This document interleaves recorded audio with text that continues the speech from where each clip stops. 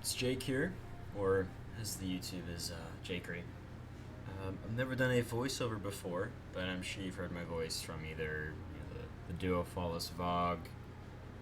Actually, that might be it. I think that's the only video I have my voice in. So, besides that, yeah, that's about it. But what I'm showing you guys today is my solo builds for my Vault of Glass completion, or at least confluxes through Templar.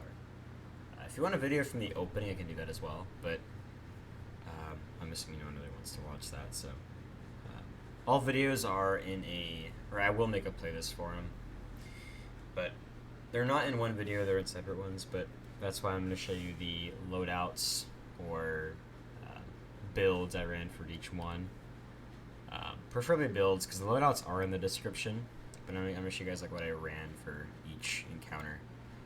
Number one, this is going to be confluxes, of course. If you're watching this first encounter, obviously we're on Nova. Nothing crazy here. Now, something very important to note, though, you need to be running Vortex Nova instead of Cataclysm, mainly because if you miss a Nova, like if you hit, a wall, or you hit the conflux, you hit an ad, it's really, really bad. That will screw your entire run. So Vortex, you need to be a little bit more accurate. So as long as you're aiming the Nova, not a big problem. Everything else, though, I mean, really preference, but Feed the Void, Chaos Accelerant, these two are very important. Fragments don't matter too much, because I didn't really use any Void weapons in this, so don't worry too much about these. These are just going to help my stats out a little bit. Vortex, this is very important, though. Vortex Grenade is very important. That's, you have to run this. I mean, at least for the Void part of the, if you ran Titan or Hunter or whatever, of course, we don't need it, but Void Warlock, definitely a must. Another must is Controverse Holds. Like I said, you could probably do it without this, but this makes it so much easier, mainly because of the second part, is my Ashes assets. You'll notice in the video, if you watch it, the left Minotaur gets Nova'd every single time. I never really actually kill that one normally, mainly because of these two with Controverses. I'll have my grenade very, very often, and whenever I do, you try and kill 6 or 7 goblins, hobgoblins, whatever.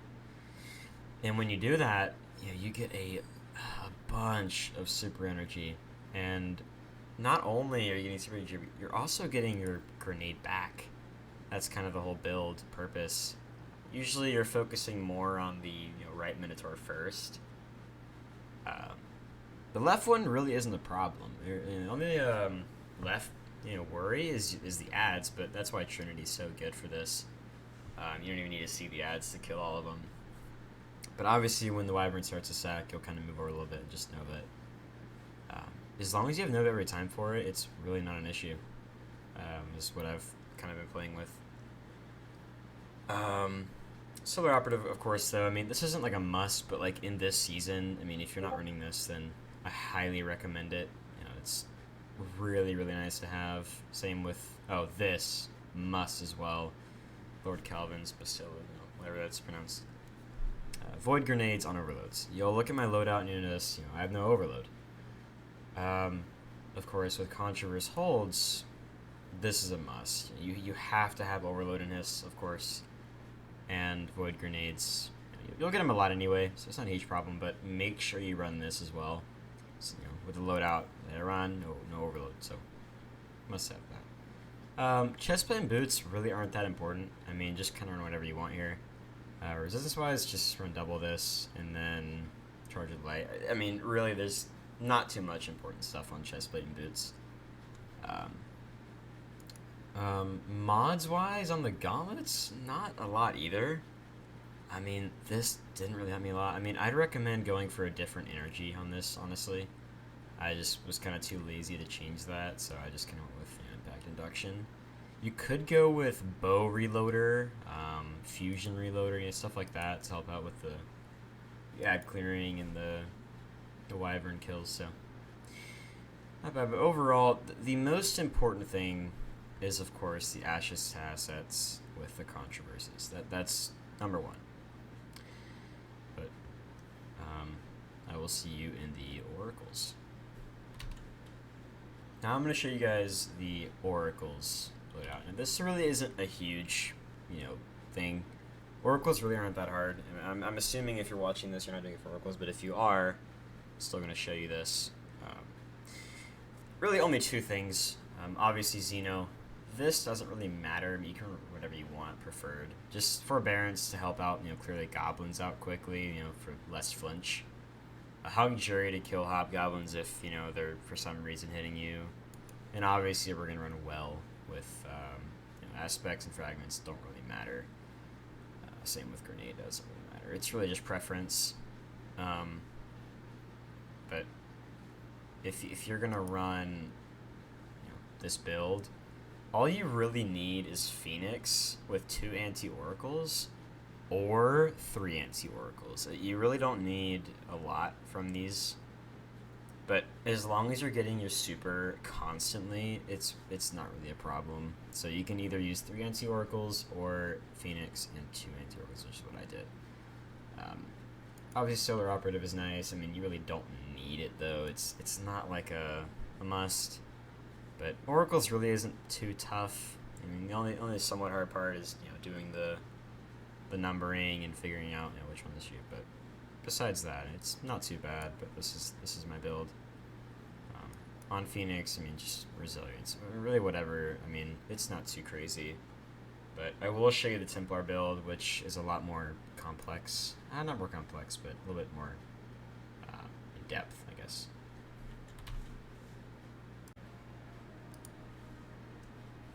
Alright, and finally for the one a lot of you are going to be watching this for, I'll have timestamps in the video just to make it a little bit easier, but I'm going to go to the Templar build.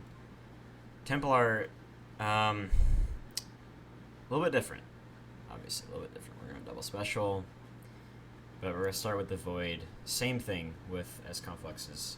Vortex Grenade, or Vortex Super, I highly recommend instead of Cataclysm, mainly because Cataclysm, you will hit an ad.